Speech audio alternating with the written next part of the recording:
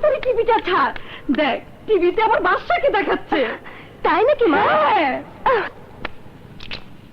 Congratulation বাচ্চা।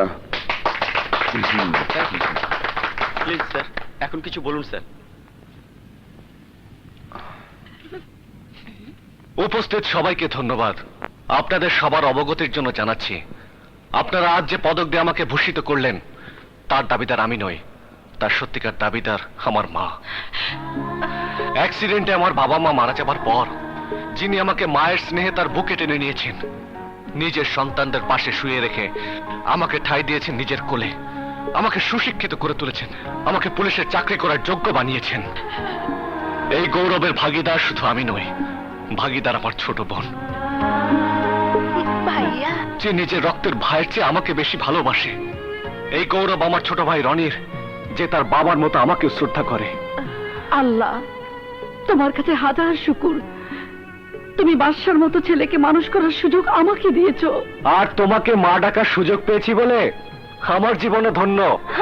ভাইয়া কেমন আছিস বোন?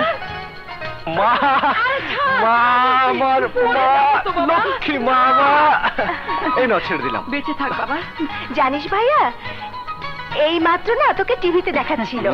আরে দেখাবে না, দেখতে হবে না আমি কার সন্তান। তুমি যদি সেদিন আমাকে আশ্রয় না দিতে মা, নিজের সন্তানের মতো মানুষ না করতে, তাহলে আজ বাদশা পুলিশ অফিসার হতো না। দোয়া করি বাবা, এর চেয়ে আরো বড় বড় কৃতিত্ব তুই দেখাবি। ঋতু, এগুলো কারা রে? পাশের বাসার ছেলে মেয়ে সারাদিন আমাদের বাসায় আমাদের নিয়ে ব্যস্ত থাকে, আর আমি মাঝে মাঝে ওদের পড়া দেখিয়ে দেই। ভেরি কি আর গুড। করবো বল, নিজের নাতিপুতির চেহারা তো দেখতে পাবো না, তাই এই বাচ্চাগুলো নিয়ে ব্যস্ত থাকি। দেখবে মা, দেখবে এই ঋতুর বিয়ে দিয়ে দাও, ভাইয়া। খুব তাড়াতাড়ি নাতি নাতির চেহারা দেখবে। ভাইয়া ভালো হবে না কিন্তু, বাবা, বাচ্চা। আমি এত তাড়াতাড়ি বিয়ে করবোই না। আচ্ছা বাবা, আচ্ছা বিয়ে শাদী করা লাগবে না।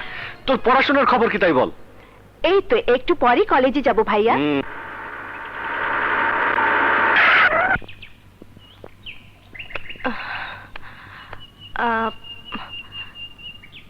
এই নাও।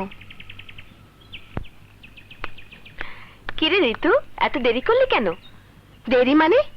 তুই জানিস না বডি চেক আপ করার জন্য আজ না কলেজে মেডিকেল টিম এসেছে? ও তাই তো, চল চল আগে চেক আপ করিয়ে নেই, চল।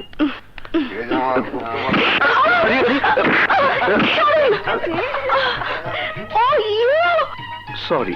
ইচ্ছে করে ধাক্কা দিয়ে আবার বলছেন সরি?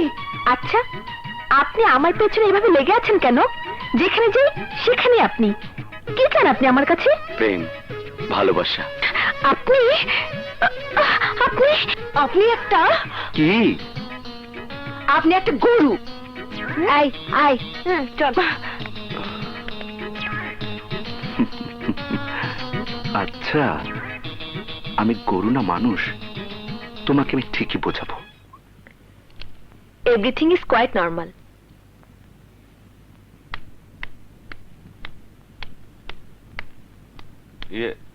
ম্যাডাম, প্রিন্সিপাল স্যারের রুমে আপনার ফোন এসেছে, আসুন। চলো। সবুজের সাথে তো দেখা হয়েছিল। শুধু দেখা, ওকে নিয়ে কত জায়গায় ঘুরলাম, বেড়ালাম, ছবি দেখলাম। তাহলে তো তোর দিন ভালোই কাটছে।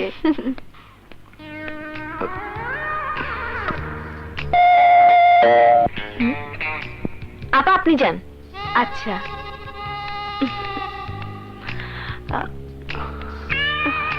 ওই স্ট্রেচারে গিয়ে শুয়ে পড়ুন। ইয়ে মানে? ডাক্তারের কাছে কোনো কিছু গোপন করা উচিত নয়।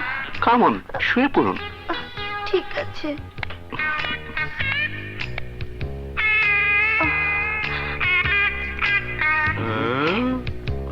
ঠিক আছে।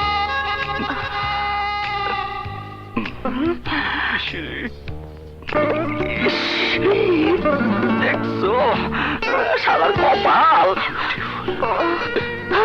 তুমি মানে দাঁড়াও, তোমার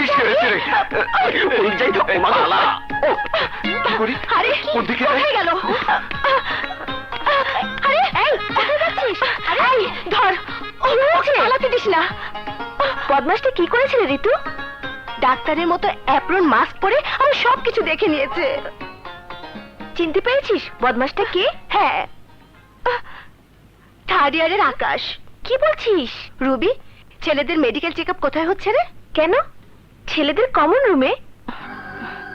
দাঁড়াও চান্দু, তোমার এমন অবস্থা করব জীবনে আর কোনো মেয়ের দিকে চোখ উঁচু করে তাকাবে না।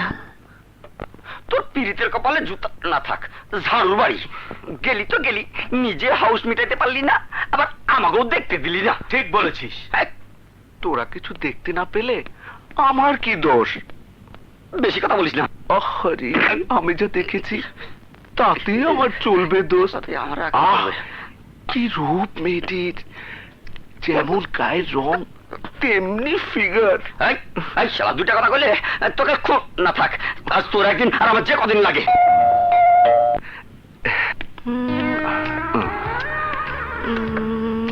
Excuse me madam, shirt pant খুলে ওই স্ট্রেচারে শুয়ে পড়ুন।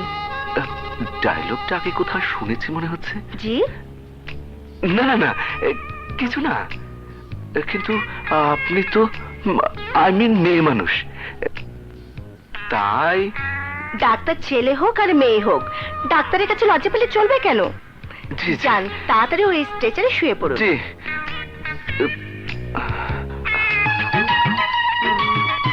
ইনজেকশন? দাঁড়াও, দেখাচ্ছি মজা। আরে গেল কোথায়? আরে তুমি? হ্যাঁ আমি। এই ছাড়ো বলছি। না, ছাড়বো না। আজ তোমাকে আমার মনের কথা বলবো। মানে? মানে প্রথম যেদিন তোমাকে আমি কলেজে দেখেছি সেদিনই আমি তোমাকে ভালোবেসে ফেলেছি। তুমি যদি আমার ভালোবাসা গ্রহণ না করো তাহলে আমিও হয়তো বাঁচবো না। আকাশ। হ্যাঁ ঋতু, সত্যি আমি তোমাকে ভালোবেসে ফেলেছি। বলো, তুমি আমার ভালো।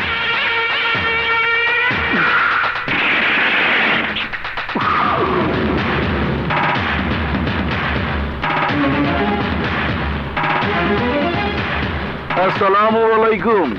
ওয়ালাইকুম আসসালাম। নাম আমার অনেক শুনেছেন, কিন্তু সরাসরি মোলাকাত হয়নি।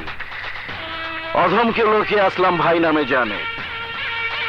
পুরো দেশের পুলিশ যার নামের বুলেট নিয়ে বেড়াচ্ছে, অথচ দেশের কোনো থানায় তার নামে কোনো কেস নেই। সেই আসলাম আপনার কাজের পুরস্কার দেবার জন্য আপনার কাছে এসেছে। দেশদ্রোহীর কাছ থেকে আমি কোনো পুরস্কার আশা করি না। পুরস্কারের আশা না করলেও বুলেটের আশা তো নিশ্চয়ই করেন। আমার দলের লোকদেরকে একের পর এক জেলে ভরেছিস তুই, আমার সমস্ত রসদ আটক করেছিস তুই, আর তাই তোকে বুলেটের মালা পরিয়ে দিতে এসেছি আমি। শেষবারের মতো কলেমা পড়ে নে। 5 কলেমা সব কয়টা আমার কলমের ভিতরে প্রতিটা মুহূর্তে উচ্চারিত হয়। নতুন করে কলেমা পড়ার প্রয়োজন আমার নেই, কিন্তু তোদের আছে।